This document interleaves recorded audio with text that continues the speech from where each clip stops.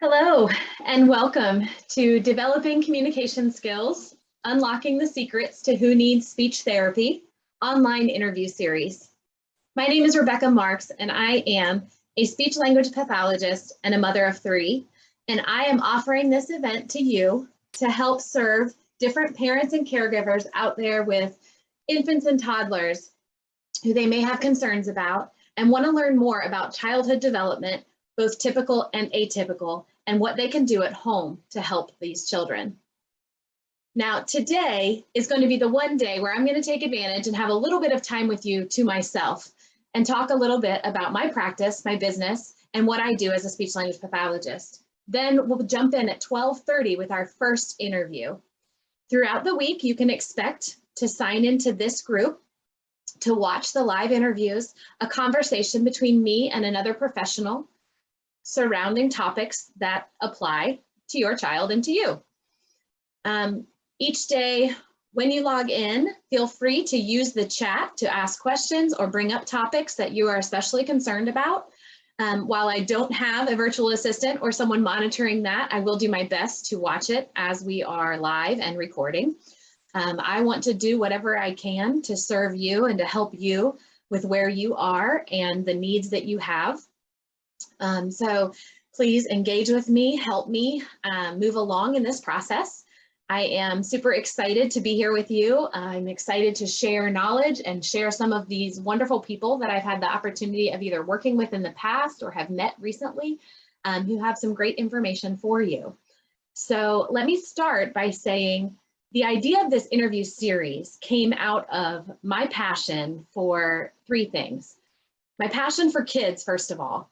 I have always loved children, especially young children, from the time I was old enough to babysit, to working at different camps and playing with kids, getting involved in sports myself. And as I grew up, I knew that I wanted to do something working with kids. And so they just have a special place in my heart, and working with kids, they're so fascinating. All the things that they say and how quickly they learn, and just anything about children just really gets my fire going, gets me excited. The second passion is for languages.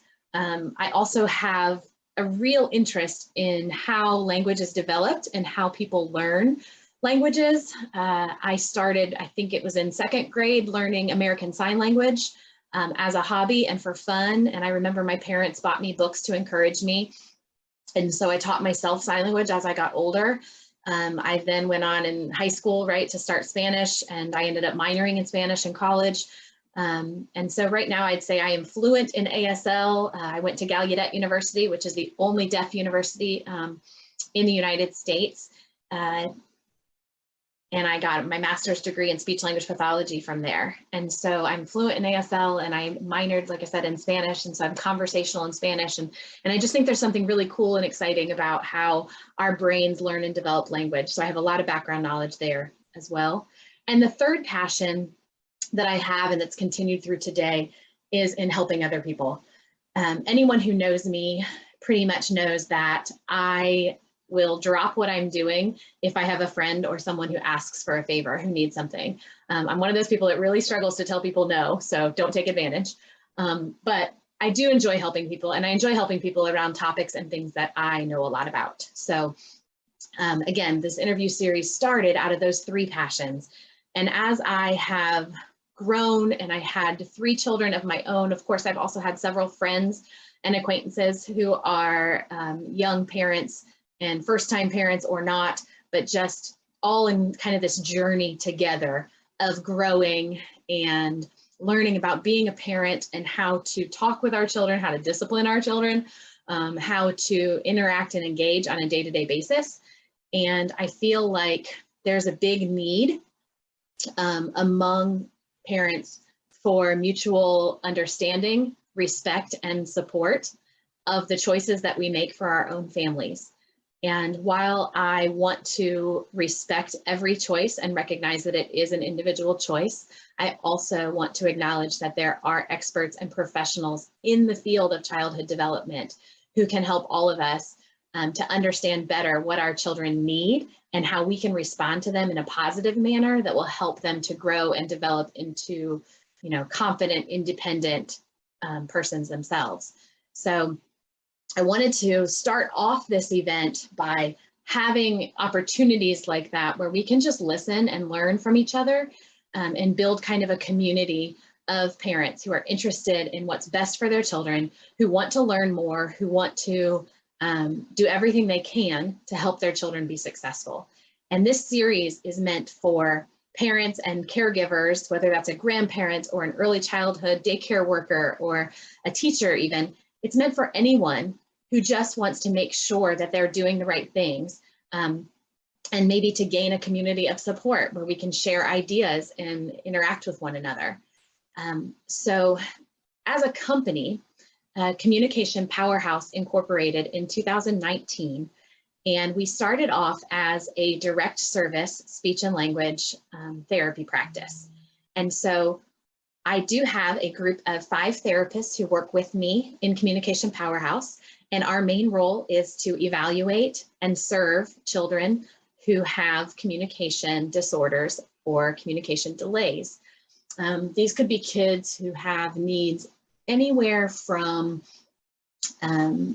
delayed talkers who just aren't quite using their words yet, to kids with different syndromes and diagnoses that we know are going to have several challenges as they grow and get older and they need a higher level of support.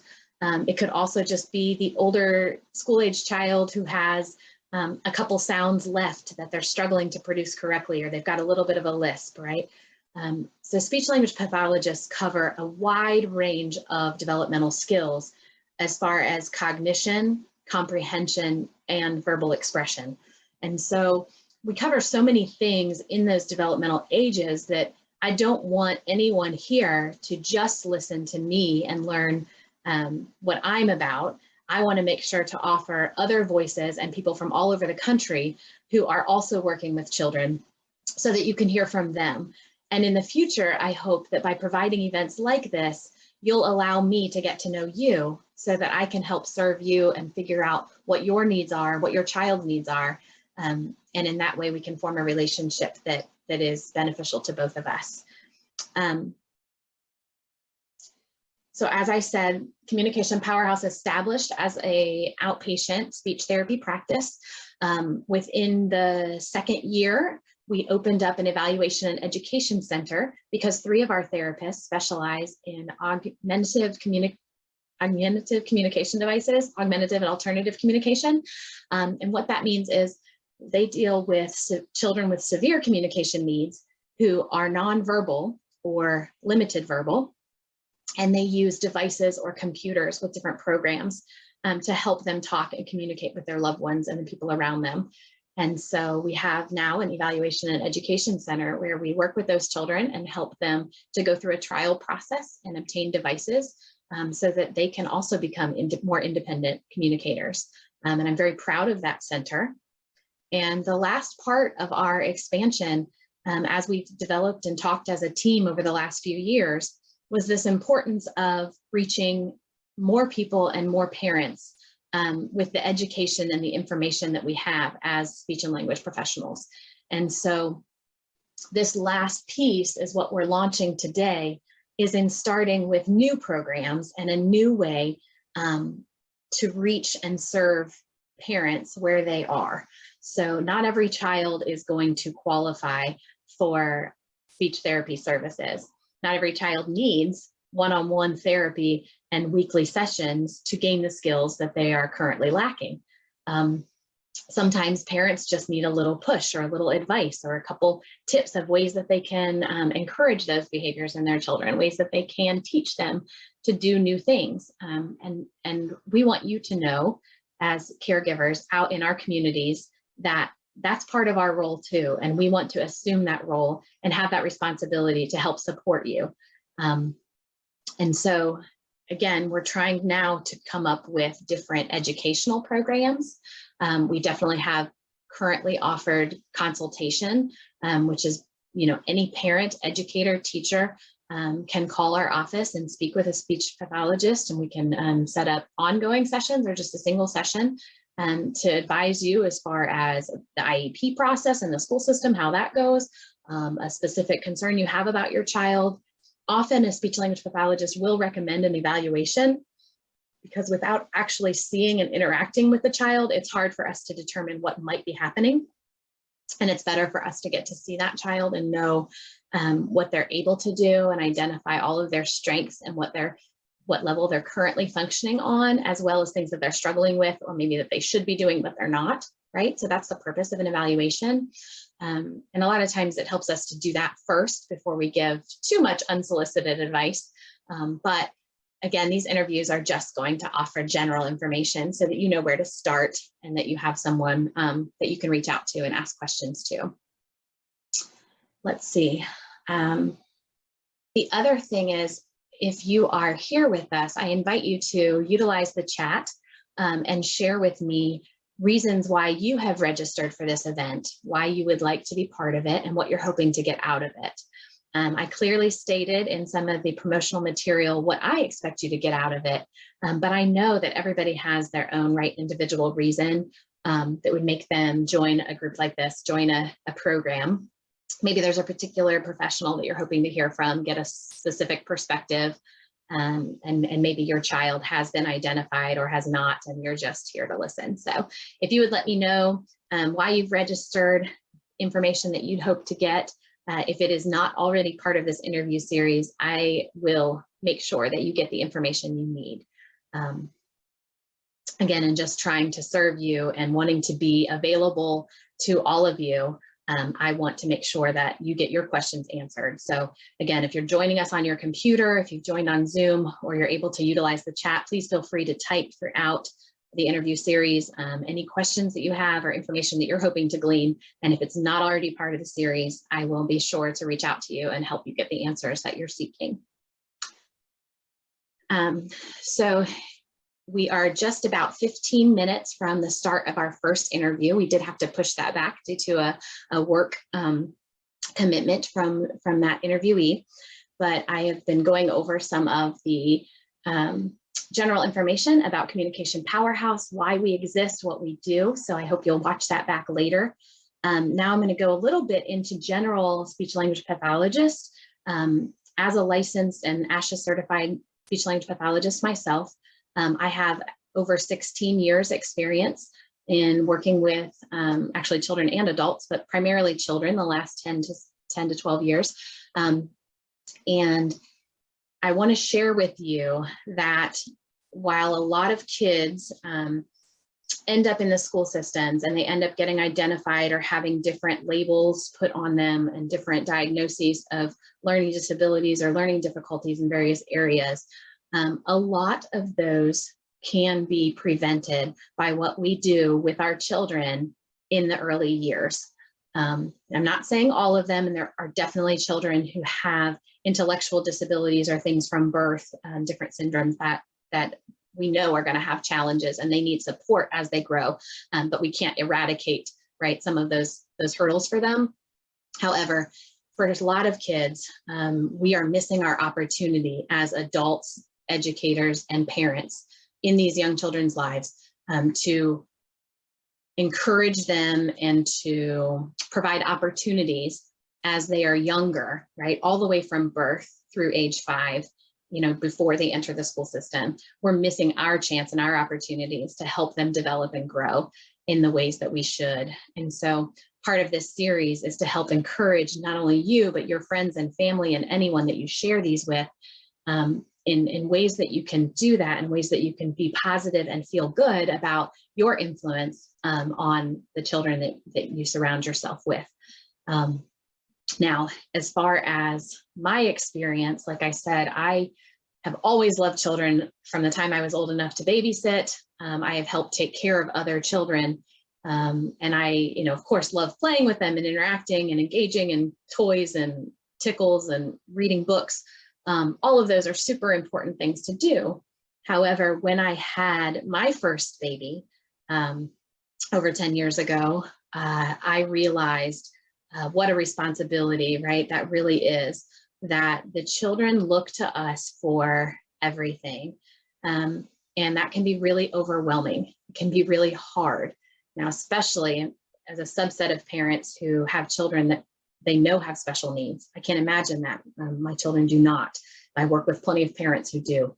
And it's a challenge, but we're all up for that challenge. And part of this series is to encourage you to build a team of people around you. So if you don't already have a team that includes an early childhood educator, a good pediatrician, potentially a developmental pediatrician, and a speech language pathologist or other therapists, occupational therapist or physical therapist that your child might need, make sure that you find some of these professionals.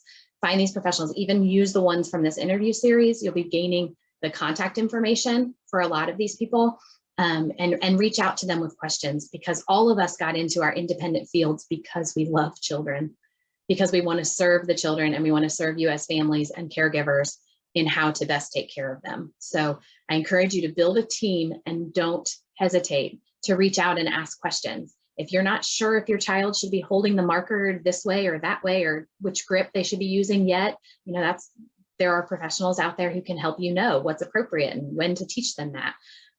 It does no service to try to teach a child a skill before they should be able to do it, other than hurting their self-confidence, other than degrading what their sense of accomplishment is for what they just drew, when your focus is on how they held the marker, right? Now that's a realm that I'm not even in. That's not my communication realm or domain, but just sharing that to say, each kid has different milestones and different stepping stones of skills that they're learning. And while we want to encourage them to take the next step and to continue to advance and learn, we also need to be careful and aware of what those steps are. Because if I try to take a child who is just starting to babble and make sounds, and I'm trying to get them to repeat or imitate 3-word phrases, it's only going to cause frustration in the adult and the child, right? And so we have to kind of, just like we encourage in adult learning, we have to meet the child where they are currently, help encourage them and give them positive feedback for the stage that they're in and what they are accomplishing well, and then gradually give them pieces and encouragement and prompts to be able to reach that next level. So that's a big part of educating ourselves as parents and caregivers, so that we know how we can help those children, and we'll know what the next steps are. Now, some common concerns that I hear regularly in our office or by parents who call our office for support are, my child is not using very many words yet. And a lot of times when parents call us, this child is already 3 or maybe even 4 years old, and they are pointing out to us that their children are still pointing to get things and saying one word here and there. Okay. Now, typically a child should be using, 20 individual words by the time they turn 1, right? That's a gross estimate, but they should be using several single words around age 1. Okay. Now there is a variance there. But I know that the CDC recently put out new developmental milestones, and I read a few articles, and one that really explained to me what that meant. So when the CDC put out new developmental milestones, everyone in our fields as professionals who work with children went, oh no, they are lowering the standards for children. Why are they doing that? It looks like a child is not expected to do certain skills until much older than they used to be expected. That's not true. That hasn't changed. Well, what happened is, if you think about the scale of children from 0 to 100% of them doing a certain skill, the CDC used to look at 50%. And they would give us those developmental milestones based on a percentage of children who are expected to know those skills at a specific age. What they ended up doing was moving their line. And sorry, I'm not good with cameras to know whether to go left or right, but they moved their line, and now they're setting those developmental skills at, I think it's 75 or 80% of kids are supposed to have that skill, so that they're trying to prevent over-identification of children with needs. But what they're actually doing is when parents look at that, parents are seeing, oh, well, my kid doesn't need to be doing that yet. They don't need it till then. And the truth is that kids start developing these skills at all different ages, and a lot of times much earlier. And they should have it mastered by the time they're on that scale. So we just need to be very aware and conscientious of what information we're reading and what it means.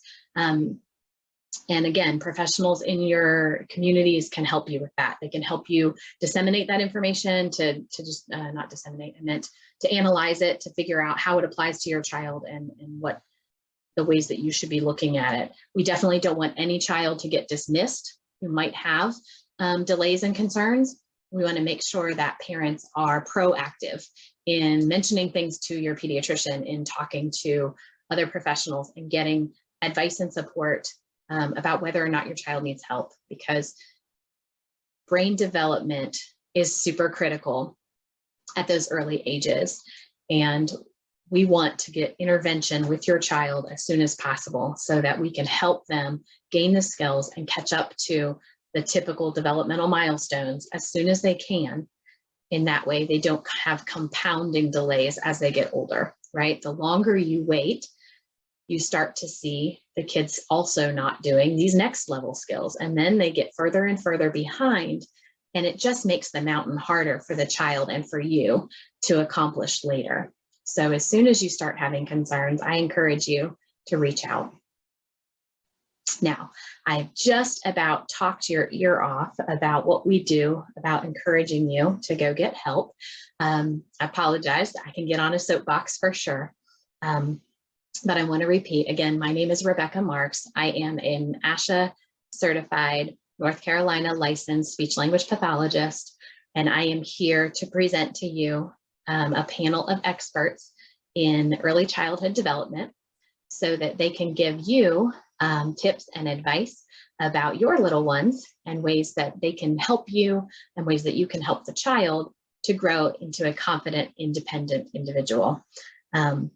We are about 5 to 7 minutes from our first interview start. So I also want to point out in your registration, you should have gotten a welcome email from me with the link to join us in and out throughout the week. This will be the same link open each day from 12 to 2 p.m. Eastern Standard Time. You can jump in and listen to any of the professionals. I did post on social media today about our first interviewee. However, I was not able to get out an email describing her credentials, but we'll get to that soon. Each day you'll get an email from me then wrapping up those interviews with the most critical points or information that was shared, as well as a free gift or link from our experts to help give you resources. If you started in that email series from me, you have also gotten invited to join our VIP group. I encourage you to think about it. The VIP group is going to be a special group of individuals who have specific interests in this area. And by signing up for VIP, you get 3 excellent benefits. The first is that it's going to unlock the replays to each of these interviews. So not everyone has 2 hours at lunchtime to join us live, and I get that. So these are being recorded and they will be provided on a platform for you where you can log in and watch them at your convenience. And that will last for up to 90 days. So you'll have 90 days access to log back in, watch the interviews, replays, fast forward, do what you want to at your convenience.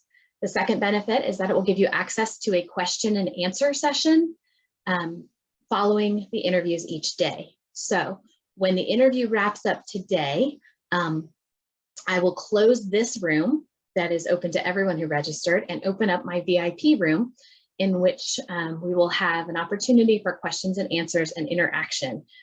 So you can get any of your post-interview questions out there and hopefully get an immediate response from me to support you. The third thing is that it will allow you to join a growing community of parents and caregivers just like you. So as an organization, Communication Powerhouse is searching for ways that we can better serve the families in our communities and across the nation. And so by joining the VIP, you also get an invitation to a social group where you can join other parents and caregivers and learn together how to support your child or children. In addition to those 3 bonuses, When you join VIP this week, you get a limited time bonus of a 60-minute Ask Me Anything call access. Again, that will be a Zoom link. Join after all of the interviews are over. So sometime next week, you will be invited to a 60-minute session where you can ask me anything that has come up from the interviews or just in general that you're experiencing at home or with your loved one. So I'm opening myself and the access to a licensed speech pathologist if you want to know more. So you'll be invited to that. And another limited time bonus would be a personal, if you put in your phone number when you registered, or if you send it to me later, you'll get a personal follow-up call, one-on-one call to find out where you are in your process and what we can do to serve you and support you to plan your next step, what you're going to do. So again, that is through the VIP page. Right now, you gain access to 10 hours of expert advice for only $47.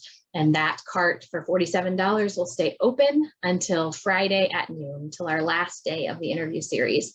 And then that price goes up to $97 for anyone wishing to join or watch back the interviews after that point.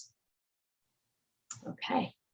I am looking at the chat to see if there are any questions so far. It looks like we're okay. I expect our first interviewee to sign in any moment. We are 3 minutes out from her interview time. Let me share with you again what you can expect from this week. So as a listener in the Developing Communication Skills, Unlocking the Secrets to Who Needs Speech Therapy, right? We are going to talk about who might need speech therapy and who doesn't, but it's so much more than that. So much more than that, because I have a panel of experts for you, ranging from speech language pathologists to other therapists, occupational and physical therapists, psychologists, early childhood educators. Let's see.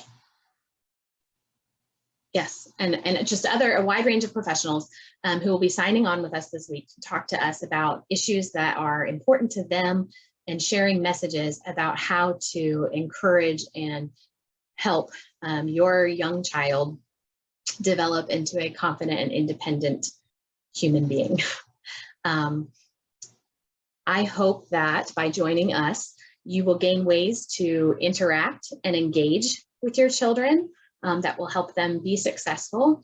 I hope that you will also learn any warning signs of things that you should be watching out for with your children, or even with yourself. And I put that in text, but I want to explain what I mean. If you are constantly feeling frustrated or having difficulties at home or at your job where you're interacting with young children, that can say a lot about our limitations as adults, right? That we are not understanding what this particular child is going through at this moment, and they keep having these tantrums and there's something going on. And if it's not resolving, then we as adults need to take that responsibility and realize that there must be other things I could be doing, right? What I'm doing now isn't working. And so we want to help you identify any red flags like that in yourself and give you support in how to attempt or try other things to help the children that you love.